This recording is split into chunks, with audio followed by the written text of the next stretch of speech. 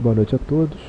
Peralta falando. Hoje é quarta-feira, dia 9 de novembro. E vamos dar início aí a mais um bate-papo sobre o mercado. Nosso bate-papo padrão hoje, analisando o mercado dentro da nossa metodologia, dentro das nossas regras. E aí começamos com o Ibovespa, gráfico diário, quando a gente vai focar os estudos hoje. E mantendo-se a nossa ideia de que houve o rompimento da linha de tendência de alta, e se houve o rompimento da linha de tendência de alta, de baixa, a gente fica animado para compra, porém sabendo que tem que haver uma retração até os níveis de Fibonacci, e o ideal é que essa retração se dê com os osciladores sobrevendidos, o que não existe ainda. O MACD histograma ainda está do lado comprado. O ideal seria quando o MACD histograma entrar do lado vendido e o estocástico entrar perto de 30 ou de 20. Tá? Os níveis de Fibonacci se situam entre 53.450 pontos e 55.900. Eu costumo trabalhar com as duas últimas expansões, ou retrações no caso de Fibonacci, como compras seguras. A primeira expansão eu não gosto, a primeira retração eu não gosto. Então a gente esperaria que o mercado fosse entre 53.450 e 54.600. Tá? O Dow Jones tem uma situação bem parecida com a nossa, não preciso entrar em maiores explicações. A gente espera um recuo até essa faixa de preço com os osciladores vendidos. Petro 4, aqui existe uma linha de tendência de baixa maior e uma menor. Indiscutivelmente, como a gente tem que ir deslocando a linha de tendência de baixa, é notável, não há dificuldade em se ver de que a Petro rompeu aqui a sua linha de tendência de baixa. Apesar de existir essa resistência aqui, eu não esperaria romper para comprar. A minha compra de Petro se daria entre 19,80 e 20,40 com osciladores na região que a gente gosta, certo? Vale 5.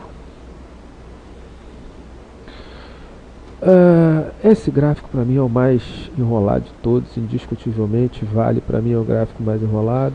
O que a gente está vendo aqui, existe aqui, se a gente adicionar aqui os mesmos indicadores com a média, então eu vou tentar trabalhar em cima de um recuo até a faixa aqui entre 39,25 e 38,20, com osciladores vendidos para fazer a compra de vale.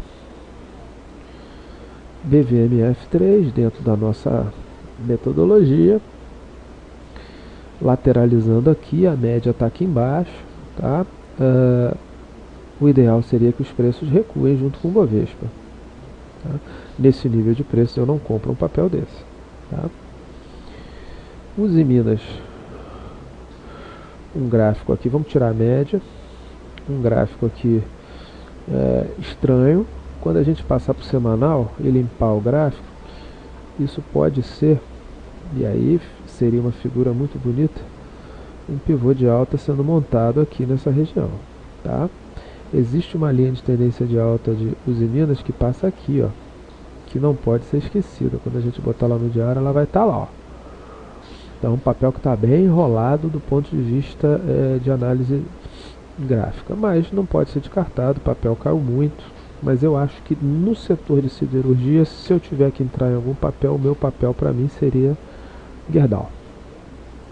Vamos botar aqui os nossos osciladores. Os osciladores ainda estão muito vendidos, ainda estão muito comprados, né? O ideal seria um recuo. A gente pode ter aqui a ajuda da média. E como essa onda aqui pode não ser a onda 2, a onda 2 pode ter sido essa, gente, eu a princípio não esperaria os preços aqui nessa região. Eu acho que o preço entrar numa zona de sobrevenda, os osciladores entrando numa zona de sobrevenda e chegarem perto aqui... Opa, desculpa, eu desloquei o fio em vez de ter deslocado o círculo. E os preços chegarem aqui nessa região, eu acho uma área interessante de preço. Uma outra possibilidade é o preço lateralizar aqui, que mostraria um papel bem forte. Tá? CSN A3, vamos tirar a nossa média. O papel pode voltar aqui, nessa região aqui é um papel de compra. Isso aqui a gente considera isso aqui como sendo uma onda 2 complexa, onde o papel fica indo e vindo até romper.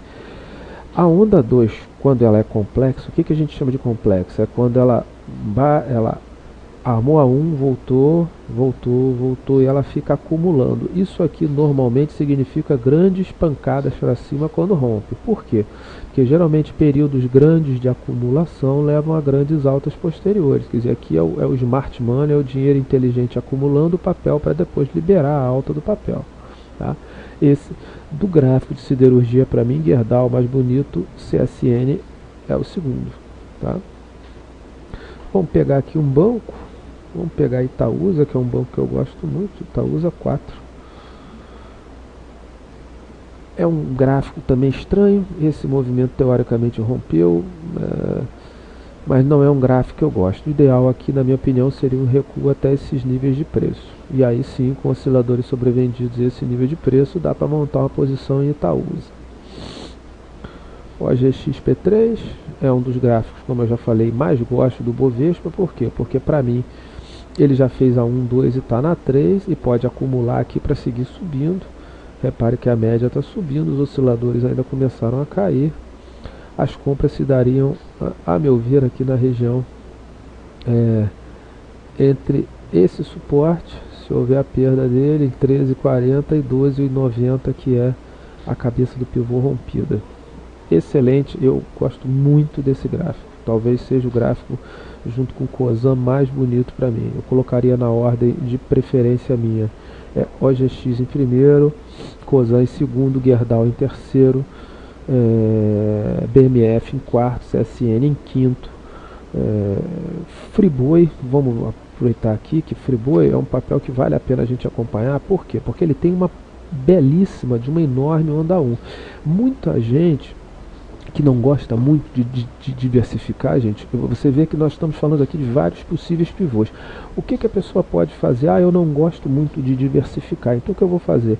Eu vou dar uma diversificada mínima. Eu aconselho no mínimo você ter 4 papéis, 3 papéis ou 4 papéis na carteira, porque é a única maneira de você diminuir o risco. Ou seja, imagina que você comprou um papel só e por um acaso dá uma confusão na empresa, sai uma notícia ruim e o mercado todo sobe, o seu papel abre com um gap de 10, 15%, mesmo que suba depois. Se você por um acaso comprou 4 papéis, se um pivô não deu certo e 4 deram certo, e 3 deram certo, o que vai acontecer com você? Você vai ganhar em 3 e aquele 1 você pode deixar esperar, vender lá na frente, ou trabalhar de uma maneira melhor. E fatalmente o ganho dos 3 que você comprou, mesmo que você estope o outro, o ganho dos 3 que você comprou vai te deixar com um lucro maravilhoso em relação ao prejuízo de 1. Então eu acredito que 4 papéis seriam uma coisa interessante para se montar uma carteira. Tá? Se a gente botar os nossos indicadores, tá? Olha, os osciladores já estão chegando numa área muito interessante. Esse oscilador já está quase aqui embaixo, o nosso estocástico. O outro já está quase vindo para cá. Existe um suporte de preço na faixa de 4,40, 4,50. Então isso é uma área interessante para a gente começar a ficar de olho em Friboi. Tá? O outro papel que eu sempre falo com vocês é Cosan, e eu tenho esse papel. Tá? O papel para mim rompeu o pivô e lateralizou acima da cabeça do pivô e está acumulando para continuar subindo. Tá? Objetivos para mim estão aqui. Esses são os objetivos desse movimento de Cosan, sabendo, porém, que ele vai encontrar uma resistência aqui na faixa de 28,40, que é o topo histórico do papel. A maior, não, minto.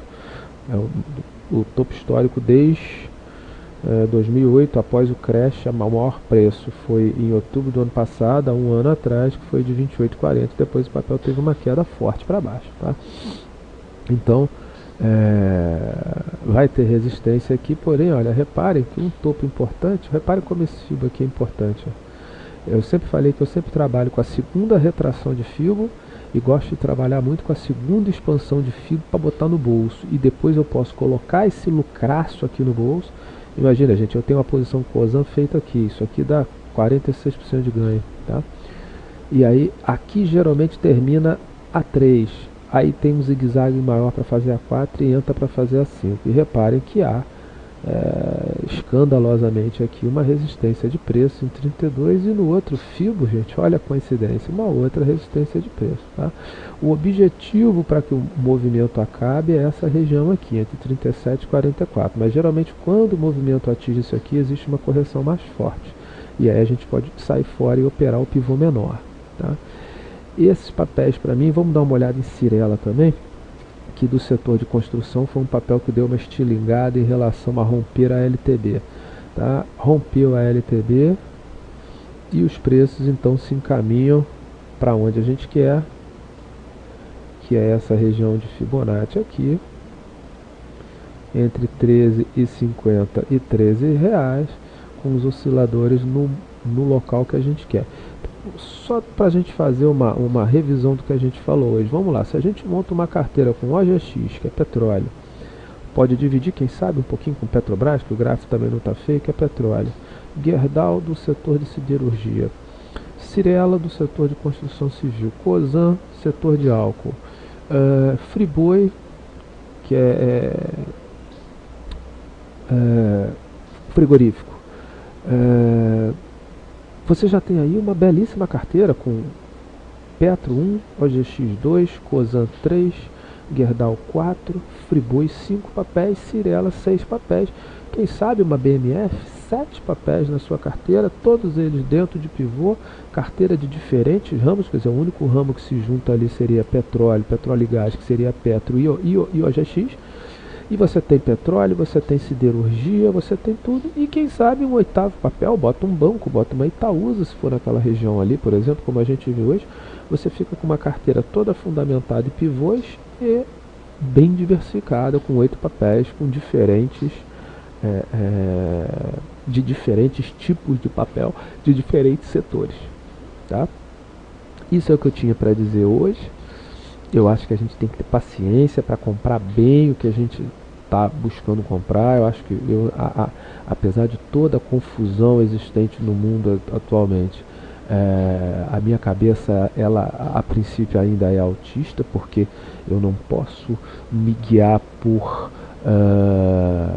achismos, eu tenho que me guiar por gráficos, e o meu gráfico mostra exatamente isso, que provavelmente aqui a gente faria um ABC. Esse ABC aqui a gente poderia projetar aqui, ó, que ele provavelmente seria esse ABC, tá? Chegaria aqui até a faixa pelo menos de 53.600, quem sabe dando uma beliscada num dia de volatilidade maior. Olha, daqui para cá é 3%, então 2 dias de volatilidade maior, fazer um fundo aqui nessa região, tá? Um abraço a todos. Amanhã, dentro do possível, eu vou tentar fazer a nossa gravação de algum destaque do dia. Se não houver nenhum destaque do dia, a gente volta sexta-feira. Mas amanhã à noite eu tento gravar alguma coisa para vocês aí, de algum papel ou alguns papéis que tenham se destacado. Boa noite a todos, bons negócios.